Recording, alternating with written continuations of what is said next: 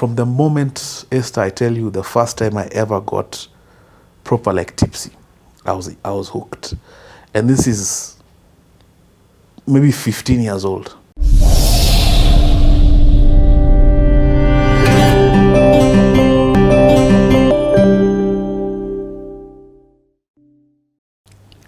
I'm going to say this again.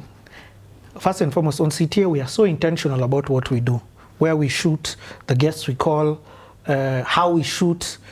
Everything is very intentional. And I say that to only tell you that this is hands down going to be top 3, the most impactful CTAs that we have ever done. So continue the journey with us. There's somewhere where we are going with this. And keep watching. Aha! To go high school. I've left guys now who feeling cliffhanger. So, where I go to St. Mary's, like I was saying, culture shock, different culture, boys only, freedom. And it's a day school still? It's a day school, yes. And coinciding, of course, with the turmoil that's still happening at home. Now I'm a bit older. 2004? Yeah. How old are you? I am turning 15. Okay. Of course, now puberty has hit, gotten my growth spurt. I'm a young man, so to speak. With all these undealt with emotions, and then ripe for curiosity in terms of now. When I was in Consolata, I remember after KCP, some guys drank beer, and it was so mind-boggling. Like, you guys are drinking. You're drinking. Like, I was such a softie in that regard. Like, coloring outside the lines that far for me was, that was way too far. But now in Saints, my attitude about these things kind of changed, and it coincides now with, this is the age where people experiment for the most part. So we start going out for these 2, either day hangouts, I'm a clubbing kind of setup, and I get introduced to alcohol, or rather introduce myself to alcohol. I was always curious. I'm still in a band, still performing in church. So this. And what do you start with? Black Ice. Black Ice, I remember vividly. Because I didn't know whiskey is this is vodka. Black Ice was marketed pretty well, and I think I tasted a beer, then I tasted a Black Ice, and I preferred the taste of a Black Ice. That's so powerful what you've said. You said Black Ice was marketed very well, crisp, clean bite. Dude, you remember the marketing? Oh yeah. With the sweat coming down the bottle. So I tasted beer and I couldn't believe what beer tastes like. I was like, what? All these years, this is beer. This is not tasty. Black Ice is sweet, more something familiar, juicy-ish. And then it has there's like a feeling I'm liking that I'm getting. I didn't quite understand. Who are you with at this time? My classmates. So, and where are you at? The first time was, we had something called a musical. I don't know if you heard about this. Yeah, Saints had the craziest musicals in the country. Now for us, that was a rumba. That was a rave. For a high school guy, girls are coming from other schools, especially the Friday show. The Friday show was an evening show. Were you in the band? Because you said you were a singer. Were you part of the musical? No, I was not part of the musical. Okay. I was part of the miscreants. So the mischievous guys. Yes. So. No, but what did you say? What word did you use? Miscreants. Okay. So the Friday night show was a big deal because us guys, Musongari was right across. So by that time, you've kind of vibed someone. You know at least one person was coming. I incidentally had a neighbor who was in Musongari. She's now married to a very high-flying profile guy. I wouldn't even mention. Were you dating at this time? Yeah, we had a fling kind of setup. Okay. Yeah, I wouldn't say dating. Very, very immature. Meeting the corner, stealing kisses. Very dumb. There was no substance. 15-year-old level. Okay. So yeah, guys buy Black Ice. And they bring it to the school? In the parking lot. So fun fact, my mzee was a liberal guy, always been. Had an ear piercing by primary. My bro started getting a car very young. So my bro was a lot more responsible, my elder brother. Me, I showed signs of urui because I'm already starting to rebel, but I want the same rights. I'm like, you gave him the car at 14, 15. Why can't I get? And I can drive. So you taught us how to drive. What's the point? So you were taught how to drive when you're how old? After KCP 13. Okay. Yeah, like proper, being sent. Don't arrest me, kindly. But yeah, being sent around, like go buy gas for the house, small errands. My dad's thinking was always, he knew many people who had not been taught how to drive, stole the car, went and crashed. Such stories. So he was like, I'd rather you guys know that when you do steal my car. There's no crash. So Did you have more than one kind of house? yeah, there was 3 cars, if I'm not wrong. Yeah, 3 cars. Okay. So from one, I had the car to go for musical, man. So of course, when you have a car at 15, man, it's all about you get out everyone to see I have a car. So we passed by Diamond Plaza, we got booze, went for musical. First time now I got a proper buzz. Because before I used to onja, get kind of tipsy, kind of scared of what is this I'm feeling like I'm letting myself go. Now the first time I got a proper buzz was musical. And I remember that freedom I felt of inhibitions have gone. Any nerves I had about vibing a chick have gone. All these 2 emotions that I've been bottling up for all this time, Aziko, all of a sudden. Because you know when you have internal turmoil, at some point you manage to cope, but it's there. It's like an arm. It's there. But now all of a sudden this thing is making me feel like that thing is not there. From the moment, Esther, I tell you, the first time I ever got proper like tipsy, I was hooked. And this is maybe 15 years old. Yeah. From one? Yes. I was hooked. And the thing with the addiction is progressive, yeah? So you won't start at the stage where you're buying 50 bob. It starts at the stage where at that level, now you're drinking at every opportunity. Now, every opportunity in the context of a high school person is weekends, Friday, Saturday, Sunday, which for a 15-year-old is not normal. And let me add, because I come from the same setup as you. The first time I ever drank, I was in Brayside. I was the last person in my class to ever drink. There's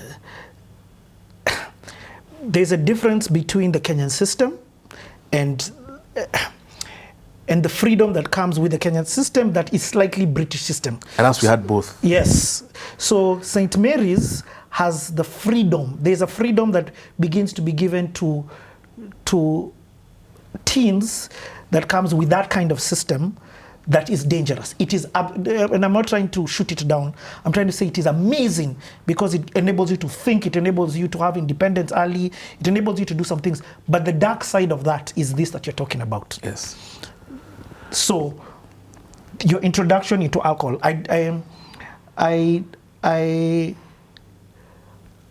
Part of the reason why I called you here into this show is this, because you're going to walk us through the most insane addiction story that I think I've ever had, and how you got out of it. Yeah. You get? Yeah. And to let the cat out the bag, I had a phone call with somebody who I can see is weeks from dying. Weeks from dying, weeks from going to jail, or weeks from ending up in a mental ward. And I don't know what to do. I have no idea what to do.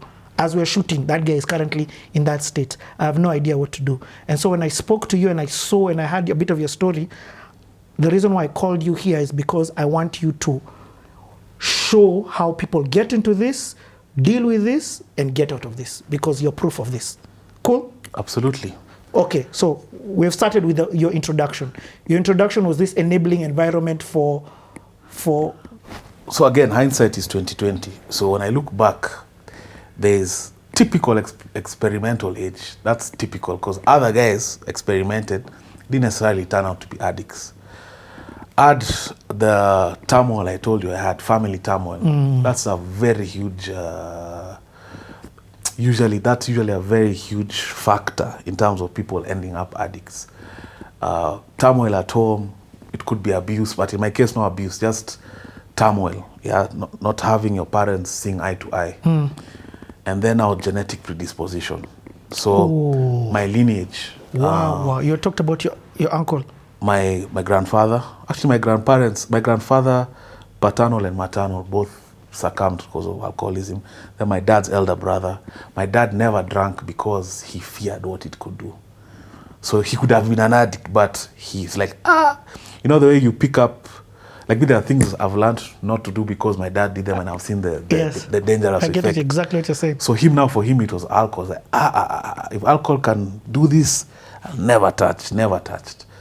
Me, when it came time to experiment, when I tell you from the moment I got that feeling, I was hooked.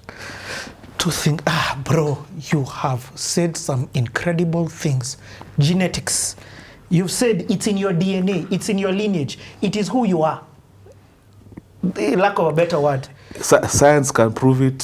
Spiritual matters also. Yes. Yeah, like depending on which side you lean, but both prove the fact that you can be genetically predisposed to addiction. Some people are more predisposed than others, depending on your lineage. And the same way you can be a good runner because it's in your lineage. Exactly. You know what I mean? Exactly. That's a huge, powerful thing that you've said. Number two, you've said that I like what you keep talking about it, those issues that you're going through. Because if you, for example, if you and your pops were cool, it would have enabled you to even hear advice from him. You're not in this rebellion phase. At this point, I was heavily in the rebellion. No, what I mean if I wasn't, if you aren't rebellion, yes, it would have probably slowed down things. Yes. And then the third thing that you said was? I've talked about genetic, I've talked about factors at home, and then just the ripe environment. We're just 14, 15. This is what we do. Peer pressure. Yeah. Peers, yes. But also, let me say this. It tasted good. Not really. You didn't like it? The effect. Once I realized what the effect is and what it did for me in terms of that free feeling. That car, all of a sudden I don't have worries. So from that moment I started chasing the dragon every opportunity. So of course we'll congregate. And you have money? At some point I had to save like break money. I didn't have money like that just to ball out. I would intentionally save my break and my lunch money towards weekend so that I can have money to booze. But before I get there, there's this time we went to, this is a very life-changing moment for me because I remember it vividly. So we went to Bandari Plaza. Yeah, yep. Westlands. And me, I'm there with my black ices, and some Form 2 guy comes and tells me, why are you nganganing so many black ices? You don't know there's a shortcut? So I'm like, what is this guy talking about? So he takes me downstairs, I know that guy I think is still there. He has one eye. He sells Veve near Molly's. He has like a kiosk, but it's mainly for booze and like Mirali related stuff. And this guy buys me a quarter of Napoleon. And he mixes for me with a Coke and tells me, pick a flash. I pick out flash. The rest is history. Me, a black ice was never seen again.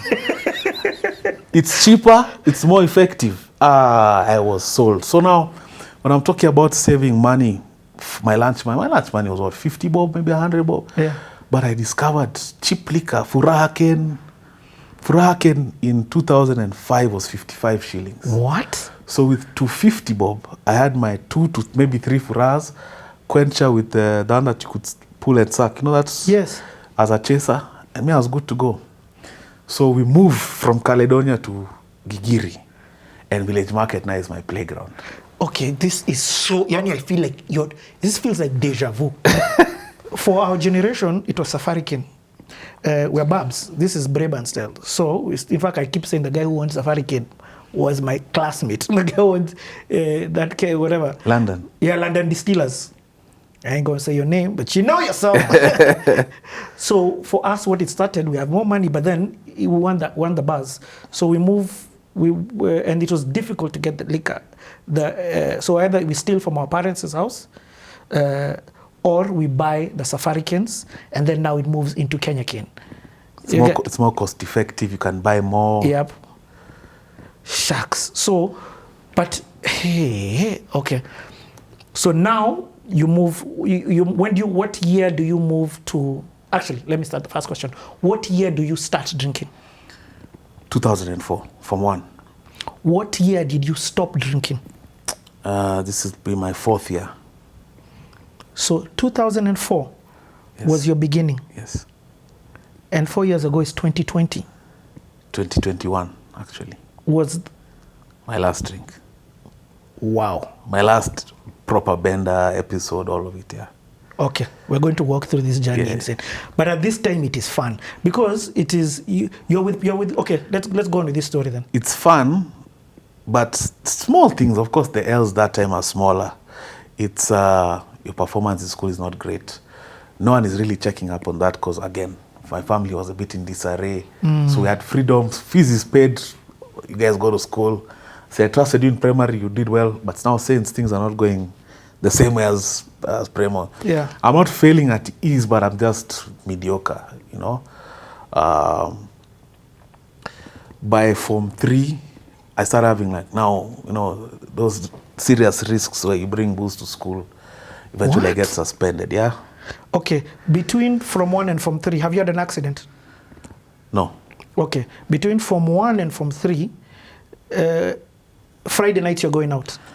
Friday night, sometimes out, sometimes just drinking. Alone? No, I had a neighbor called Derek who was also in Saints. In fact, we were like Eric and Derek, some small guy. So Village Market became my playground because it was like a stone throw away from where my parents live. Okay, even before we go to Village. Again, I want to take this slowly. Jazz, this company, this band that you're with. So how I ended up leaving the band is I was kicked out because at some point word started going around that I'm boozing, and in the context of like Nairobi Baptist, that was unheard of, man. Like you're singing in church gospel, but we're hearing that on the weekends you've been spotted. So there are times I'd maybe bump into guys in a random junction mall. Guys are on normal movie, the vibes. Me, I'm with my homies, we're lit. Of course, when you're lit, you're coming to say, what's up, the same way. Like, you guys. So word started spreading that, hey, you guys, you're not a gospel guy. You're a Kamrui bana. So, and I remember, because of the kind of family that Kinazam come from, they drew a line. And I was kicked out, and I didn't plead my case. I kicked myself out also. I was like, yeah, I'm done with this singing life. I found a more fun life, man. So when I say every opportunity, Esther, I mean every opportunity. In the context of a 15 to 16-year-old day school going kid. So I was not that he drank in class, though. Yes, of course. But every loose opportunity, sports day, games time, Friday, Saturday, Sunday, Monday, half the day I'm puking because I'm hungover from Sunday. Guys are buying break, guys are buying lunch. Me, I'm there injured in class as a 17-year-old.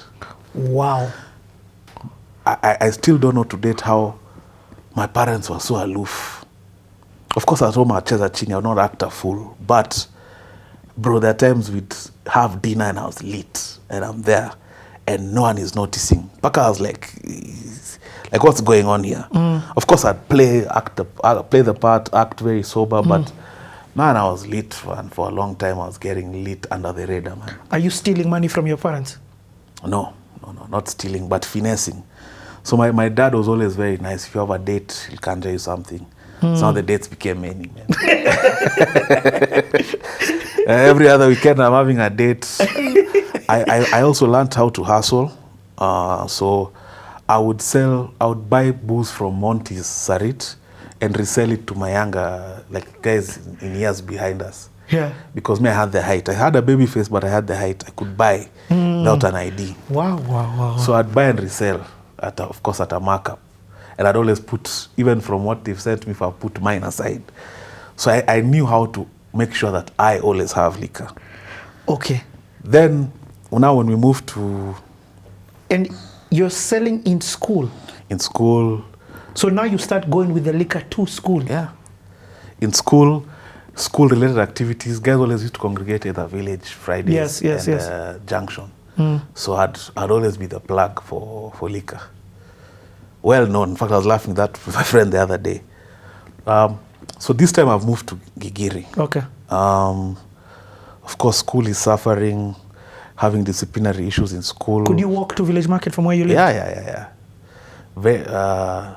300 meters maybe. Okay. So now... The back gate. Now you're well to do. Well, you're not you. My parents. Yes, yes. That's what you know what I mean. Yeah. In that situation, now this is money. Yeah. Gigiri is not. It's where a lot of expatriates live. The UN is there. A lot of Him is elevated. My mzee had elevated by that time. Like, yeah, for sure, we're in a different dispensation. Even as a young kid, you recognize. And does that also mean that you are, in terms of the amount of money he's giving you? Relative to before, yes. But again, my dad was not a guy who atishika atibunda la noti. No. Make it rain. But you see, as a child, you think because your folks have elevated that you think you're rich also. There's a mindset that you think, there's a room for shenanigans. Yeah, so the shenanigans thrived. So, finished my high school, not do so well. And by 19, things had gotten so crazy. So let me tell you what changed my life. One day I'm drunk at Village Market, super drunk. I recognize, by the way, all this time I start recognizing, guy, I have a problem. I can't stop when I want to. I keep saying I've stopped, but I can't. As soon as I'm sober, I tafta. I'm doing crazy things for booze. I'm borrowing money. Like, what's happening? I'm not in control. I start realizing, like, I'm not in control of this dragon. All my friends now, this is my high school buddies, already they know Era drinks, man. That's what Era does. Era gets lit. Era is a good time. But so when I get super drunk and I go back home and I fungua roho bana to my paps. This is post high school. That gap between high school and results and KCSE and results. And your parents haven't noticed this of you? My dad later tells me he thought it was just a phase. You know, you guys turn up, itaisha too, you'll grow up. So when I fungua roho, I go home drunk. You know, I can't stop. I'm having trouble stopping. Hey, you guys, next thing I'm seeing guys are talking about rehab. My life changed forever from that moment. Rehab. So at 19 years old, Yeah. you're taken to rehab? Yeah. Okay. Let's take a pause. We coming back.